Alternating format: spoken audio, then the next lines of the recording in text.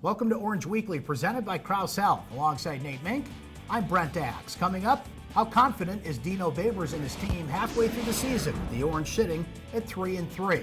Plus, Nate and I will predict Friday Night Lights, the Orange and the Panthers. Another weekday tilt to come for Syracuse. But Nate, not only does Syracuse have a Friday night game to come, another weekday game, they're halfway through the season, as mentioned, at 3-3. So let's get a broad perspective of things. Starting on the offensive side of the ball, certainly not what we expected them to be, not even comparing them to last year, but maybe where we thought they would be this year.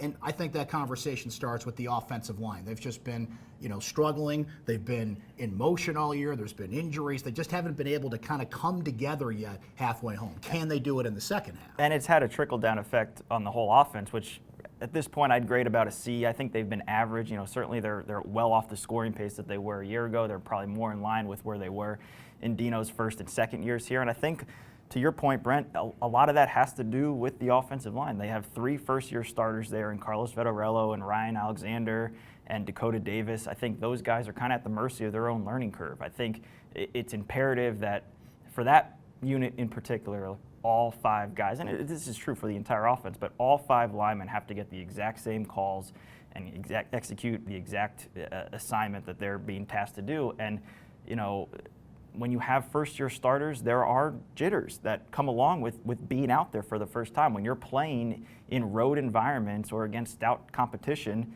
those jitters get amplified. I mean, you're in an unfriendly confine at North Carolina State. You're going up against really, really good defensive fronts at North Carolina State and against Clemson, and you're going to see another one on Friday night against Pittsburgh. I think it really is just on the onus of that group cleaning up some mental communication issues, because you really only need to see moderate improvement on that side of the ball, the way the kicking game is going, the way the defense is playing. If you can elevate that score from the 20s up into the 30s, I think you're going to win some games on the back end. I'd give him a midseason grade of C as well. And Tommy DeVito's been sacked 26 times. I think only 3 other teams in the country have more sacks allowed at this point. And the running game has struggled to get going, which is a shame because you have 3 good running backs in Mo Neal, Abdul Adams, Jarvian Howard that just haven't quite been able to get going so far. And one more note on the offense, Nate, with Tommy DeVito. I mean, look, he's 3rd in the ACC in completion percentage. He's 15th in the country in completions per game. Last week alone, 29 of 39 for 300 yards. You'll take that pretty much every time he's on the football field, but where's that room for improvement for him? We know the offensive line has got to get better, but where can he get better? It's interesting, Brent. I think he's kind of right on track with his development. He had some decision-making issues just being a first-year starter that he's cleaned up as the season's progressed. He's cut down those turnovers. He's at a 12-5 touchdown interception ratio. I mean, you extend that out over the course of a season, that's 24, 25 touchdowns at 10 interceptions. His completion percentage is 65%, on pace for 3,000 yards. I mean, what more do you want from a sophomore, quite frankly? I think it's the running game that needs to help him out. He can't do it alone. He needs help. And again, it goes back to that offensive line. And I think it's almost a misnomer, too, to think that Sam Heckel's injury, which forced Aaron Service back inside at center, is disrupting the rhythm of the running game. I really think it boils down to communication. I really do. Service, I was talking with him early in the week. He's playing still around 280, 285, which is where he was at a year ago when he was the starting center. As a matter of fact, in the Camping World Bowl down in Orlando, he was playing at 267, and he had 7 knockdown blocks. Probably his best game of the year, at 267. So I don't think he is undersized at going up against those nose tackles and those interior linemen. I think it really is 3 first-year starting offensive linemen continuing to grow and having that natural maturation process. So far this year, 378 yards per game and 19 touchdowns. Last year, 463 yards per game, and they ended up scoring 62 touchdowns on the year. Nate, to jump on the defensive side of the ball, I give them a B at this point. I don't really know what more you could ask from this defense. I think that Robinson and Coleman are doing what they need to do up front. I think the linebackers, particularly Lakeem Williams and Andrew Armstrong, have produced at the rate you think some seniors would. And that secondary has overcome some injuries to Ife Melifonwu and Andre Cisco notably. They're doing everything we thought they'd do. I mean, they're forcing turnovers, maybe not at a top 5 level like they were a year ago, but they're forcing turnovers. They're giving the offense extra possessions. The defense is pressuring the quarterback. They have 20 sacks. Ohio State's the national leader with 28. So, they're there statistically. They maybe had some struggles on 3rd down earlier in the year, but That number got much more closer to what we've been accustomed to seeing the last couple of years against North Carolina State. You know, I think they're right in line again with that kicking game as being really the strength of this team. Yeah, special teams, I give an A as well. Sterling Hoffrichter, still one of the best punters in the country. This just in, and Andre Schmidt has missed a kick. Might be arrowed down from a Lou Groza Award winner, but still pretty darn good. Nate, how confident is Dino Babers at this point in this team recovering in the second half? Let's hear his answer. It's time for Syracuse Soundbites. My confidence is good. I know that there might be some confidence lacking in other places, but my confidence is good. I'm glad that all the frost and all the fluff is gone, and we're really looking at where we're at. And I think this is where I get excited. Okay, we can either be what everyone says we are, or we can go out and prove them wrong and be something totally different. It's going to take a lot of work, because it's not like you can just flip that light switch. I mean, what you see is what we are right now. It doesn't mean we got to stay there.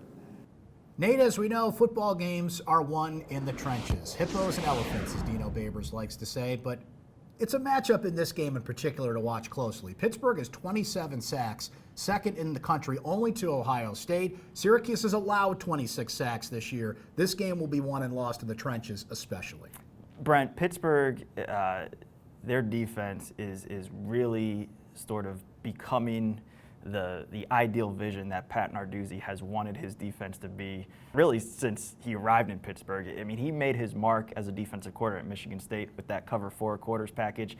He's got the secondary this year at Pitt that really allows them to play defensively the way they want to play, which means blitz, blitz, blitz, much like Scott Schaefer did when he was the head coach here. They have DeMar Hamlin on the back end. They have Dane Jackson on the back end. Paris Ford, who's going to be suspended for the first half of this game. He's a redshirt sophomore that's a dynamic athlete at safety who's really starting to come to his own. And that really sets the foundation for the rest of their defense. Their defensive line withstood a massive loss in the preseason with Rashad Weaver tearing his ACL. 97, Twyman, he's been a force in the middle, their leading sack artist.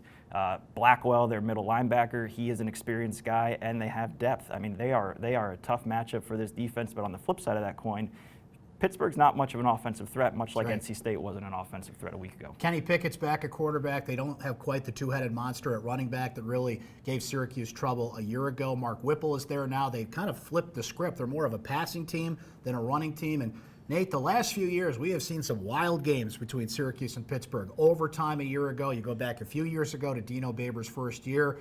76-61, 27-24. If anything, we know these games are going to be close. And Pittsburgh has been playing with fire a little bit lately. Had a 23-point lead against Duke, gave it up, barely won that game, squeaked by UCF. So given the history between these two, given how Syracuse has played lately, I'm going to predict another close game, but I do think Pittsburgh wins 28-24. For entertainment purposes only, that does cover the point spread. What is the point spread? 4.5. I have Pitt covering as well. No, I'm sorry, I don't, because I have Syracuse winning the game. How about that? Syracuse wins 27-20. And I'll tell you why. You know, yeah, they looked bad offensively a week ago. I think getting home helps, particularly with those communication issues I referenced earlier. I don't think you're going to see nearly the amount of procedural penalties up front. You know, and Pitt, I think, is going to have a hard time scoring. I think Syracuse, like I said, if they can just clean up some little things, that can really be the difference. And whether it's a turnover, whether it's 2 turnovers, whether it's a dynamic play in the kicking game, I think they do enough at home to get back over 500. You don't want to be under 500 at any point of the season, but given how wide open the ACC is, maybe it wouldn't be the worst thing in the world for Syracuse, but we'll see if they can take advantage of a home crowd Friday night at the Dome. That is Orange Weekly, presented by Krause Health. For Nate Mink, I'm Brent Dax. We'll talk to you next time.